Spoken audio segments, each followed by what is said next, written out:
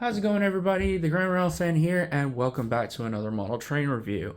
Now, it's been a minute since I've done one of these reviews, and the reason for that is recently I went to Japan for a week, and while I was there, I got to ride on and film a bunch of trains while I was on that. It was a super fun time. Um, and if you haven't already seen the videos, I highly recommend you go check them out. I'm really proud of those videos.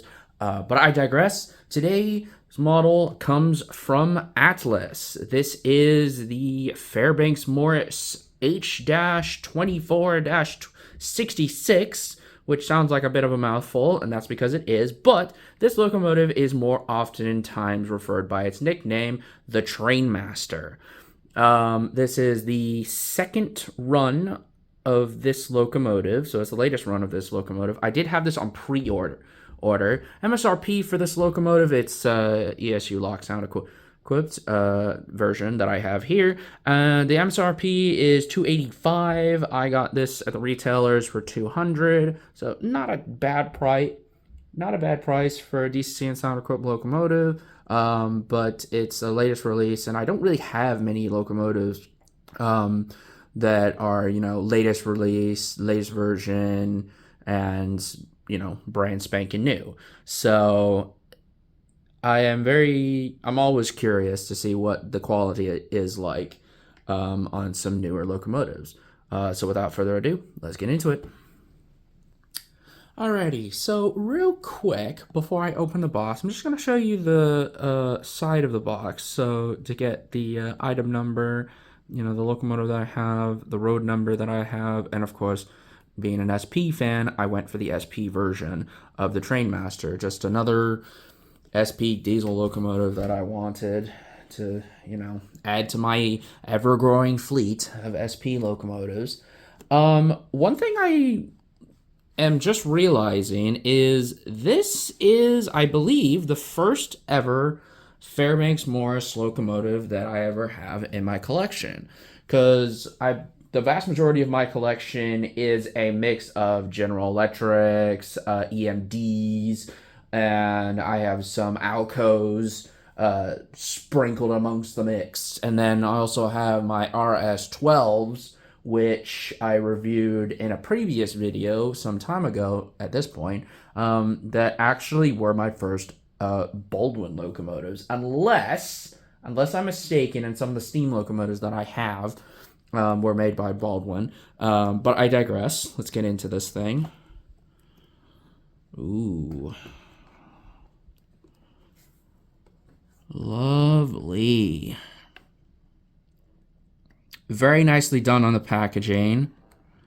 Is this one of those packaging where it's screwed into the base? Yes, it is. Okay, that's no problem. I have a screwdriver handy here somewhere, so that's fine. Oh crap. I don't know if you can 100% see this. Hold on, let me try to focus on the camera. But that's not good. Uh-oh. Well, that's not good. Looks like the truck cover came off on the rear truck. So I'm gonna finish unpacking this and then off camera see what's wrong with it. Man, that's not a good start. But I mean, beside that, the locomotive on first impression looks gorgeous. I do always like it when they have painted figurines, just so your trains don't look like they're unmanned. I think there could have been a bit more styrofoam over the top of the locomotive instead of just one single piece. But then again, like, the locomotive is screwed into the base, so it's not like it's going to move a ton. But, alrighty, let's put this to the side. that to the side. I got basic warranty. This quick start guides, ESU locks on 5. And then it kind of fell on the ground here. Warranty papers, lovely. And then here I have exploded diagrams.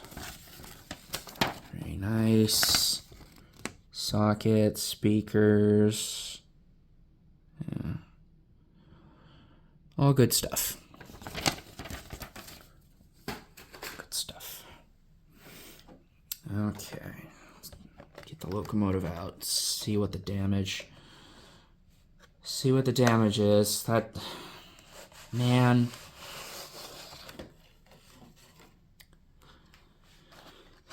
I expected better than that. That's really disappointing. I'm hoping it'll be a quick fix and just a matter of me just popping the thing back on. Maybe it came loose during shipping. I don't know. But only one way to find out. And yeah, it is screwed in. So is that a Phillips? Oh, it's a Phillips. Okay. I'm going to take my screwdriver and unscrew that.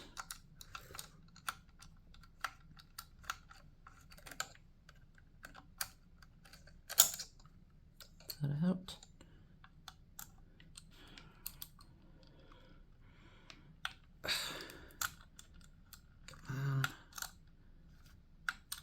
There we go.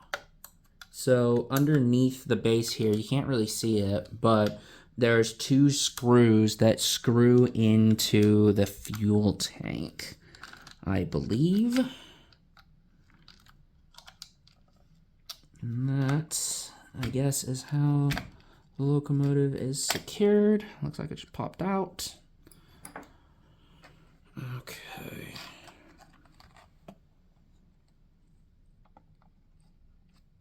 How do I get this sucker here? Let's pop this out. Just careful. Fuck. What do I... Let's take this. This. Okay. Looks like it might be an easy fix. Yeah, it kind of looks like I just have to pop that back in. Oh, there's a wire. Oh, and these are all... okay. Yeah, not off to a good start. That's not good. But again, I'll see what I can do, and I can fix it off camera before we get into the sort of running. But first impressions, besides that, I'd say the detail is nice. The decoration is... It's very nice. I like the small lettering that you got on the cab. You can't really see it with my phone camera, unfortunately, but I can assure you it's there. A nice front detail here. And actually, having the locomotive in my hand, it feels a fairly weighty model. So I'm assuming that the shell, I know I can feel the shell is plastic, but it must have like a hefty die-cast chassis, and I'm assuming it's got a good mechanism in there. So yeah, I'm gonna see what it will take for me to effing fix this damage, because this is a brand new model from a retailer, or sorry, not from a from a retailer, but still, like this is not acceptable. Your model should not come like this. I'm sure a lot of people can agree with me. This is not very acceptable.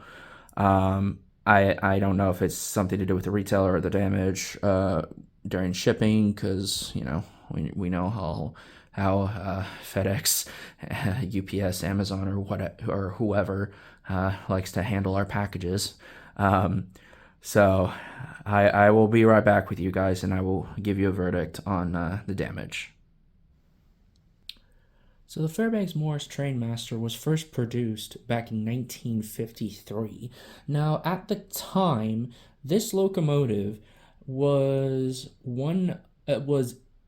categorized as the most powerful single diesel unit of its period. Because bear in mind, back then, engines like the SD40-2 that boast about like 3,000 horsepower, I believe, didn't come until decades later. So this locomotive produced 2,400 horsepower, much more horsepower than any other competitor unit at the time.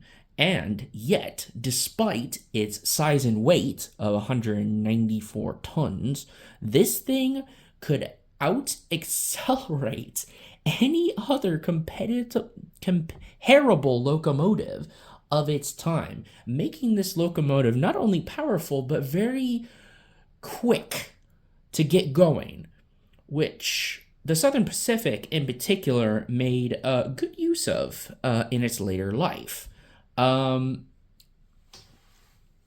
course, like most Fairbanks Morse and Baldwin locomotives, as we all know throughout history, they unfortunately didn't last too long, and so the production run of the Trainmaster was really short. It was only 4 years. They started in 1953 and they ended production in 1957, only producing 124 of these units, which, in comparison to most other locomotives, is a pretty tiny number if you ask me. Of course, there was a good number of railroads that took them. There was the Virginian, the Reading, Canadian National, Canadian Pacific, Southern Pacific, as you see here, that utilized these locomotives. Now, say for the Reading or the Virginian, the high horsepower actually did come into use for them as a heavy coal drag locomotive, which they performed really well in. And then for my example, the SP, remember I talked about it has the best acceleration. Well, that actually made it very comparable for commuter rail service. And so when these locomotives were originally put into service as freight locomotives, but after more modern locomotives took over for the Trainmasters in freight service, the SP actually used Trainmasters in commuter service. I'm assuming around the Bay Area or California until the 1970s. That's pretty crazy considering most railroads probably retired their Trainmasters probably in like the mid 60s, which is impressive to say the least. As of any survivors, as far as my research goes, there's only two. There is one Canadian National in Quebec, and there is another, an ex-Virginian one that got converted later into a slug that is in a museum in Hamburg, Pennsylvania. Yeah. So without further ado, let's get into the detail. So before I get into the detail of this locomotive, I did off camera go and figure out why or how to fix that truck cover that had popped up earlier in the video, and thankfully it was just a matter of just popping the thing back in. Nothing was actually broken, thankfully. However, I'm still disappointed that that it came to me like this.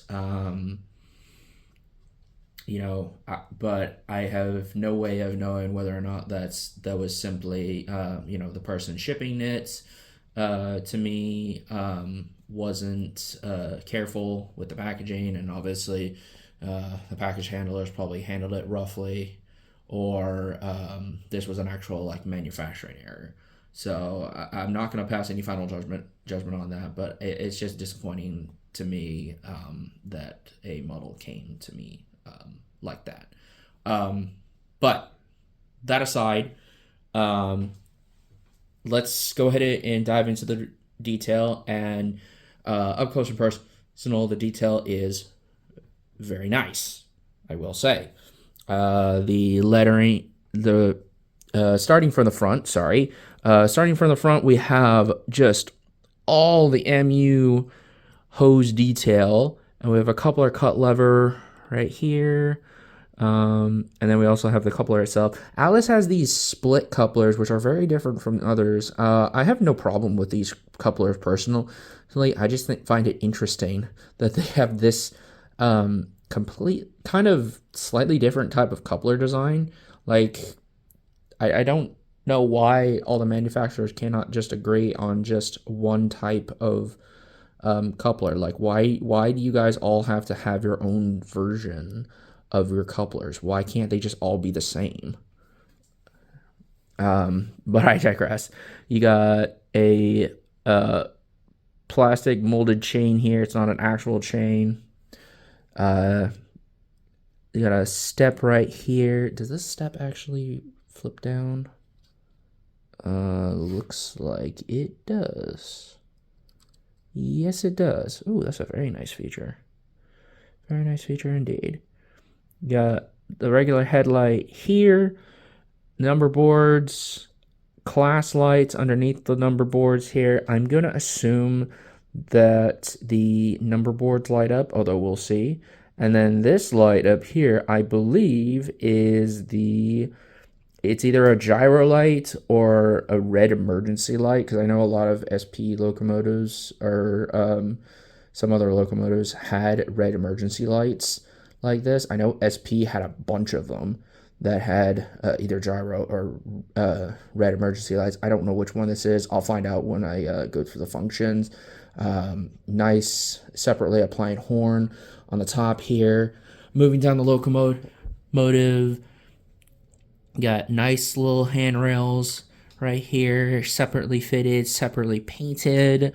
There is no sign of any paint bleed or glue marks so far as I can see, so that's always nice to see. You got the bloody nose up here on the front and also in the back of the locomotive here too. That's very nice. The molded detail, you see all the doors, compartments on the side of the locomotive here. You got the road number here on the side of the cab, which is really nice. Anybody in the comments know what that triangle is on the top? Because I personally don't know what that is. And then we have some fine small lettering right here. The truck detail looks very nice too. I get that these are just side covers for the trucks, but they still look nice as far as like the molding detail and such. You got the fuel tank, the emergency fuel shutoff, other tanks, hoses, and other detail here. You got the nice handrails here. They're plastic, but that's okay. You got the Southern Pacific lettering, which looks nice. And also we got all the molded detail of all the doors. And oh, I just noticed that all of these doors, all the handles are separately applied parts. They don't look like molded detail. Oh, that is really neat. That is really neat. That's a premium feature right there. That's all. Oh, that is really nice to see. And then on the inside of the cab, you can see you got one cab crew figure here. There's another one on the other side. I do kind of like it when they have nicely painted crew figures inside the cabs of some of the locomotives, because it sometimes looks a little weird if there's like nobody in the model. It just gives like a sense of realism if you have people, because trains don't drive themselves. At least not yet. On the top roof here, you have a very nice looking it's a fan of some kind. But because I'm not too familiar with a Fairbanks Morse locomotive in particular, I have no idea if it's like a radiator fan or an exhaust vent or an air intake fan or whatnot. So again, let me know in the comments. I'm gonna guess that these are, well, I don't know if I want to say these are like exhaust stacks, because they kind of look like exhaust stacks up here to me, but I have no idea. And then you have the lovely grill and radiator detail in the back here. You can actually see the fans in the grills right here. There's two on each side. And then moving towards the back of the locomotive, it's basically the same detail as in the front. You got class light, you got the usual class lights, which I'm guessing don't work. But for some reason, the number boards in the back are not showing. It doesn't have any number boards on the back, which I find strange, but maybe that was normal. Also on the back, you can't really see it, but it also says, what does it say? It says, always be careful. It says always be careful on the front, and it also says in the front of the locomotive too. How nice. How nice. And then obviously the emergency or gyro light. Again, I don't know which one that is. I'm assuming it's one of the two. I'm going to find out in the functions and the regular headlight. And then it says 4803. However, the painting, the lettering on the back of the locomotive, you can't really see it. Sorry. That looks a little chipped. Or it doesn't look 100% right. The front. Yeah, no. Okay. Right. So the detail overall is pretty good. There's a bit of spots that don't look great. But besides that, I mean, for $200 for a decent sound locomotive, for a brand new locomotive, that's not bad. But like, I should not be seeing these types of things. But I really should not be seeing these types of things. So, maybe a markdown for that. Yeah. So, without further ado, let's get into the sound functions and let's get this bad boy running. Okie dokie then. So, before I get into the sounds, I just want to point out that the current controller that I have, I mean, none of the controllers that I have are able to read out all 31 functions, 31 potential functions that this locomotive has or does not. So I'm just going to show you real quick the list of functions and sounds. I won't be getting through all of these. I'll probably get through like the first 8. So F0 to 8 is what I'm going to probably look at primarily. So without further ado, plug the controller in, and startup is F8.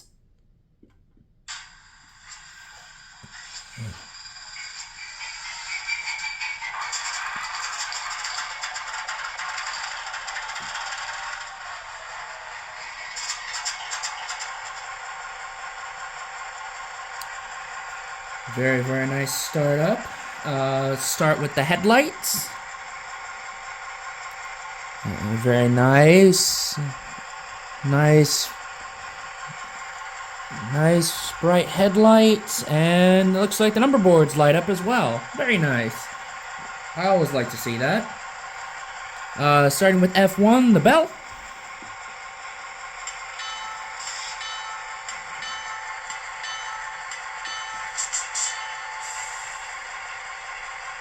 F2, the horn.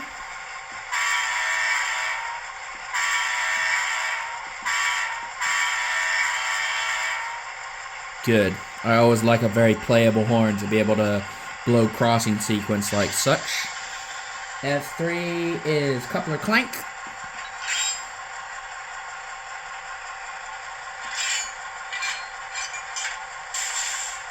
F4, dynamic brakes.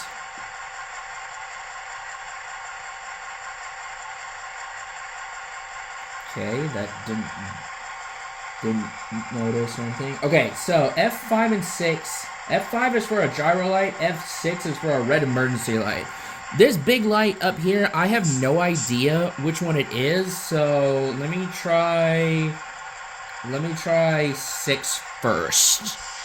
Is it a red emergency light? Okay, no it's not. So is it a gyro light then? Ah, it is a gyro light. Very nice. You love to see it. And then F7 is flange squeal. Yeah, that's only really gonna activate when the train is moving. And then F8 is the startup and shutdown sequence, and then F9 is drive hold. I have no idea what that function is. So I'm going to throw the engine in reverse, and let's see how she runs.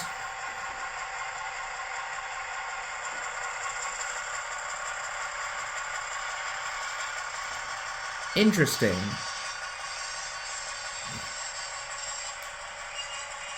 Oh, there's the flange squeal. Oh, I like that. I do like that. Okay. Bring it back into forward.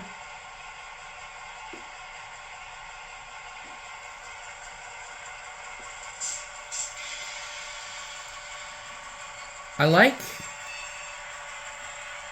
how the engine doesn't immediately take off when I apply the throttle. It kind of accelerates. It actually accelerates. No, I shut it off. Okay, the locomotive definitely has a flywheel of some kind in there because it didn't stop immediately when I shut off power abruptly. So that's always nice. A nice realistic touch.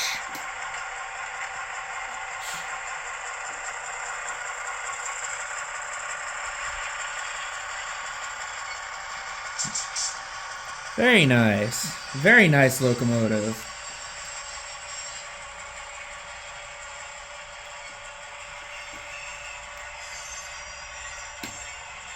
Let's bring it back into frame here real quick.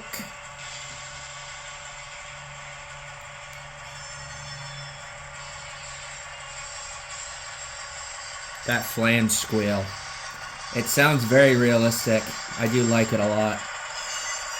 So overall, this is a wonderful sounding and looking locomotive. Glossing over the whole side truck that was popped out when it arrived. I would say this is a very good this is a very cool model. This is a very unique model. And I would recommend this locomotive. The sounds, the lights, the locomotive may have a plastic shell, but it seems to have a very hefty die-cast chassis underneath there. So I haven't pulled a good heavy train behind this yet, but I do plan to when I start running this sucker in. So without further ado, I will leave you guys with a run-by, and I hope you enjoyed the video. Thank you for watching. I'll see you down the line.